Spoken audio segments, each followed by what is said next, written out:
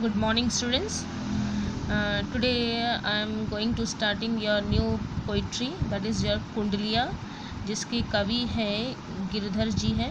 ठीक है, कवि गिरधर जी जो है इस कुंडलिया के रचनाकार है, जिसमें उन्होंने अपने नीति परक कविताओं को मैंने कविता के पदों को यहाँ पर रखा हुआ है, उसको हम समझने का प्रयत्न करेंगे।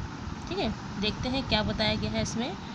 लाठी में गुण बहुत है सदा राखिए संग, लाठी में गुण बहुत है सदा राखिए संग, गहरी नदी नारी जहाँ तहाँ बचावे अंग, तहाँ तहाँ बचावे अंग, झपटी कुत्ता लह मारे, दुश्मन दावागीर होए तिन्हू को झारे, कह गिरधर कविराय सुनो ओ धूर के बाटी, सब हाथ ना छाड़ी हाथ मह लीजिए लाठी।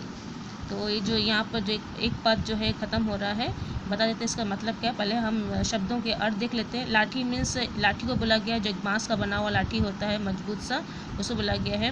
गुण मने बहुत अच्छे गुण, राखिए मीन्स रखना, संग मने साथ, गहरी मतलब बहुत गहरा, नदी नारी मीन्स यहाँ पर है आपका नाली, दैट मीन्स ड्रेन, जहाँ तहाँ बचावे अंग, बचावे मीन्स बचाना, जहाँ बचावे, झपटी मतलब झपटना।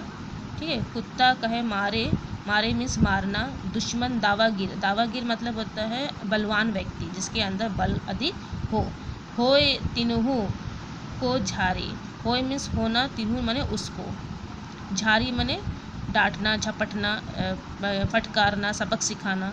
ठीक है, कह गिरधर कविराय सुनो ओ धूर के बाठी, धूर के बाठी मीन्स मैंने है जो सुनने वाले जो लोग हैं उनको बोला गया है। धूर के बाठी मीन्स जो सुनने वाले लोग हैं, समाज के लोग हैं, उनको बोला गया है। सब हथियार ना छाड़ी हाथ मह लीजिए लाठी। ठीक है, हाथ मह, मह मीन्स में, और लीजिए में लेना, लाठी, लाठी को। तो कवि गिरधर जी बोल रहे हैं कि यहाँ पर उन्होंने एक सामान्य से लाठी के गुणों की चर्चा की है, और यहाँ पर कहने का प्रयत्न किया है कि सामान्य से दिखने वाली लाठी भी जो है उससे बहुत सारे गुण होते हैं और वह भी हमारा बहुत उपकार कर सकती है।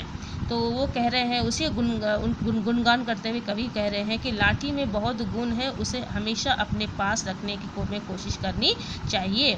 गहरी नदी नारी जहाँ तहाँ बचाए, हो सकता है कोई गहरी नदी, जो आप कभी कहीं जा रहे हो, बीच में नदी आ गई हो, गहरी नदी हो, तो उस नदी के द्वारा आप उस नदी को पार करने के लिए आप लाठी के द्वारा उस नदी की गहराई नाप सकते हैं और फिर तय कर सकते हैं कि आपको उस नदी को किस तरह से पार करना है। अगर बीच में नाली आ गई है तो नाली भी जो है पार करने के लिए ये लाठी जो है आपकी सहायता कर सकती है। यहाँ तक कि आपके शरीर के अंग में किसी तरह की कोई अगर आक्रमण करता है तो उससे भी बचाव के लिए लाठी उपयोग में किया जा सकता है।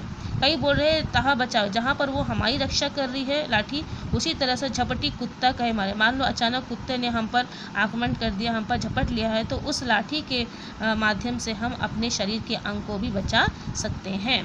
दुश्मन दावागीर, यदि मान लो कोई बलवान दुश्मन जो है वो भी यदि आपके सामने आ गया और आप पर आक्रमण कर दिया, तो उस यदि वो लाठी रहेगी तो हो ही तीनों, तो उस दुश्मन को भी आप अच्छी तरह से सबक सिखा सकते हैं।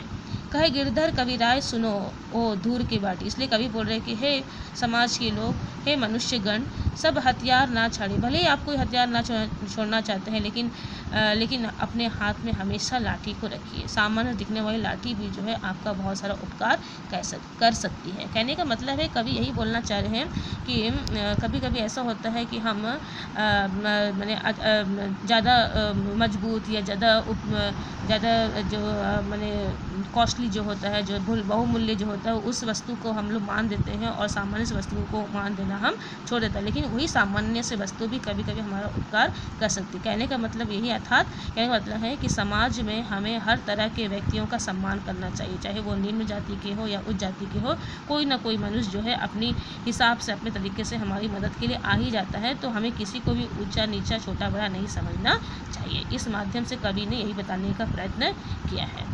आई होप कि आपको समझ में आया होगा। अगर फिर भी यदि कोई प्रॉब्लम है तो यू कैन टेल मी।